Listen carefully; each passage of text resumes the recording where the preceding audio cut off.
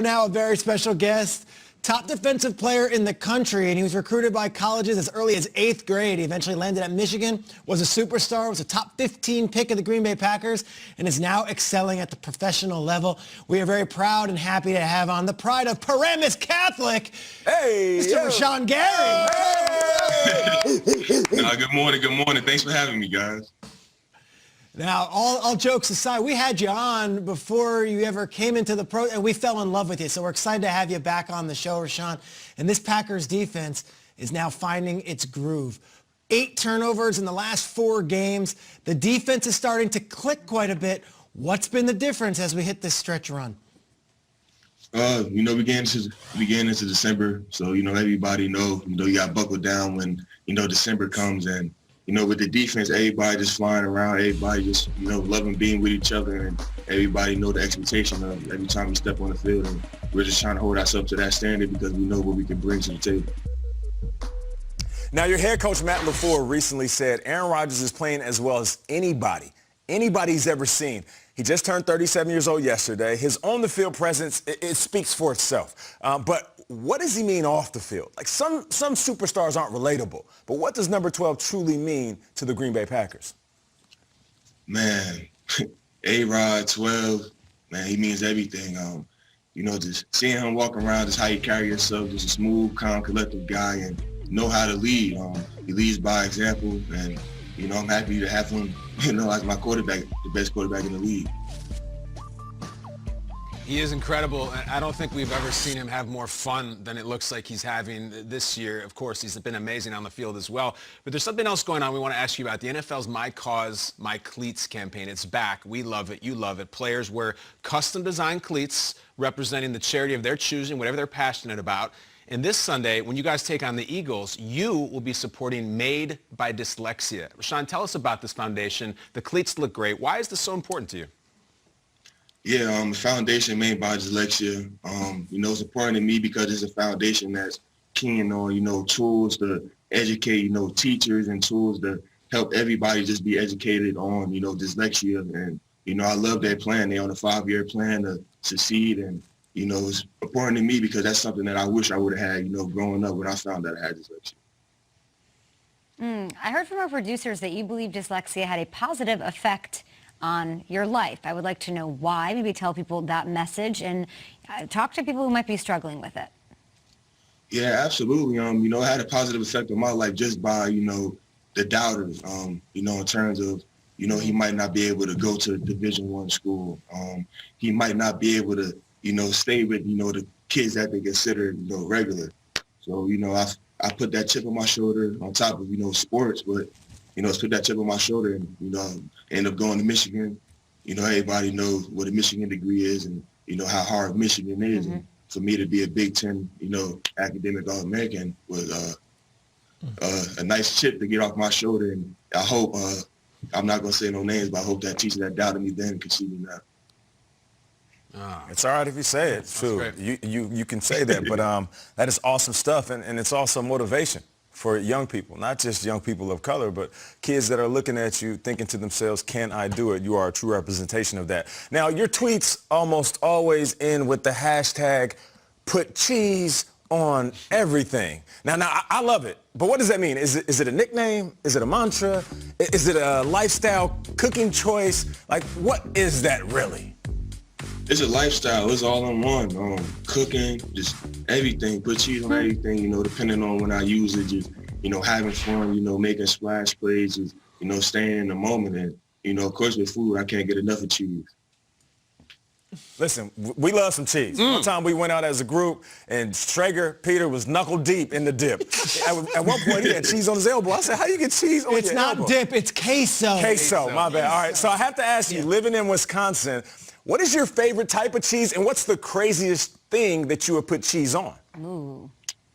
Yeah, it's pretty tough. But being from Wisconsin, you always hear about cheese curds. So, I want to say so good.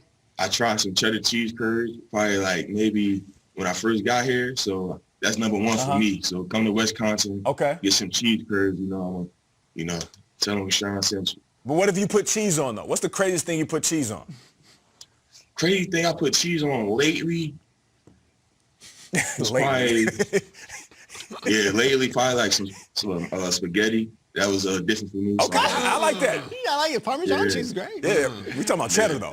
Maybe I'll put a slice of cheese on some spaghetti. I feel you on that. Let him do what he wants. That's a hood snack. Don't veto on that thing if you want. It's your spaghetti. And listen, speaking of cheese, let's talk about sitcoms from the 1990s. When you came on, Rashan, to this show, coming out of the draft, we stumbled upon the nugget about you that we love, that you like the show Friends. You're way into Friends, and that's great, and there's the cast.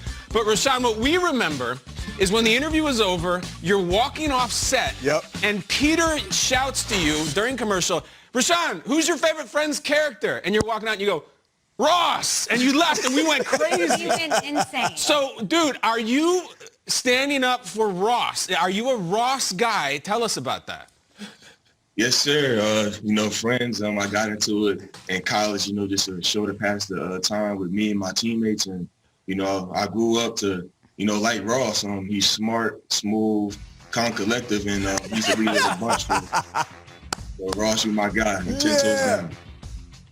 I'm 10 toes down on Schwimmer. So for Chandler Nation and the Joey Twitter and, of course, the women and everything, you are saying have them.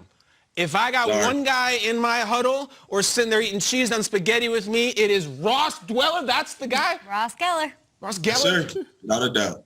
My man. 10 toes down. 10 toes. Loves a paleontologist. Oh, it's great. That's it. 10 toes down. Rashan, you are awesome. You're welcome back anytime you want. We love what you're doing with My Cause, My Cleats. We also love what you're doing on the field. Shout out to Jersey. Jersey boy doing us proud, man. Yes, sir. Appreciate you. Paleontology. No doubt about Lots it. of marriages. Thank you guys for having I gotta me. say this, Kate. Yeah. I gotta say this, Rashan, before you leave. So Bosco, where I coach wide receivers, we beat Paramus Catholic this year. Do you have any words? It's all right. Y'all got one up this year. We're going to be back at it next year. Okay, all right. We'll do a little friendly wager next season. Maybe some spaghetti and cheese on the line. You think? Oh, yeah, whatever you want, man. All right, sounds good, man. It's been a while since we've seen him, but we were on a break. On a break. We're on a Pivot. He knows all the lines.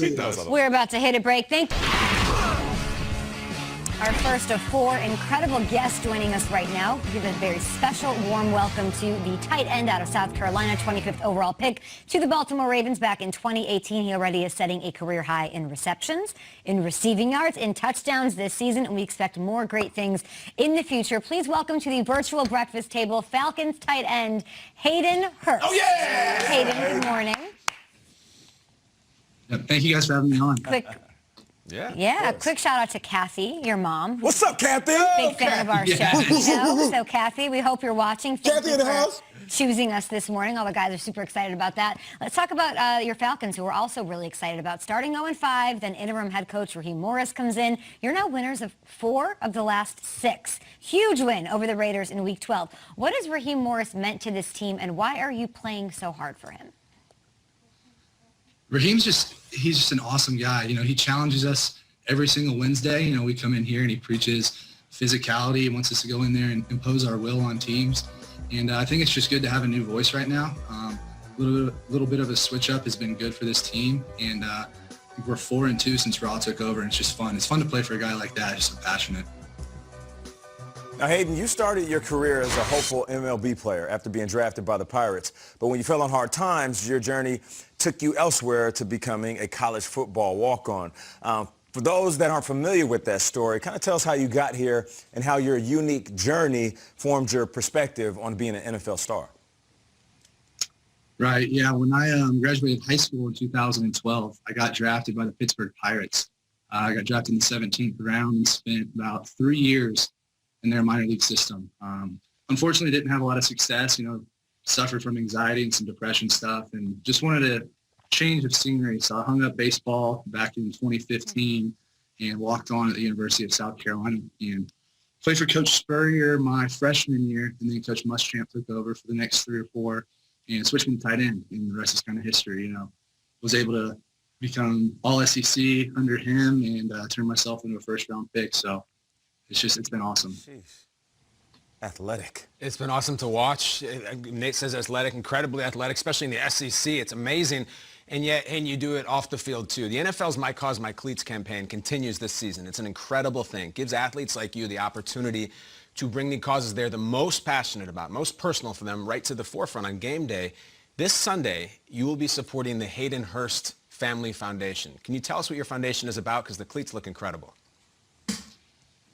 Yeah, they did an awesome job with the cleats. So on one cleat, it's going to be the Hayden Hurst Family Foundation, and that's the foundation that my mom and I started when I got drafted by Baltimore. And it focuses on raising funds for adolescents because we think that's a huge age to kind of help these kids get equipped with dealing with trauma at a young age because unfortunately, I think we all know life happens. And if you can be better suited to deal with it in your teen years or when these things kind of happen in life, I think that's what me and my mom are trying to tackle. And on the left side of my cleat, I'll be focusing on Solomon Thomas's foundation as well. Also, Dak Prescott's foundation will be on there and be mentioned just because their scopes are similar to what me and my mom are trying to do. And we just think it's an awesome opportunity to continue the conversation.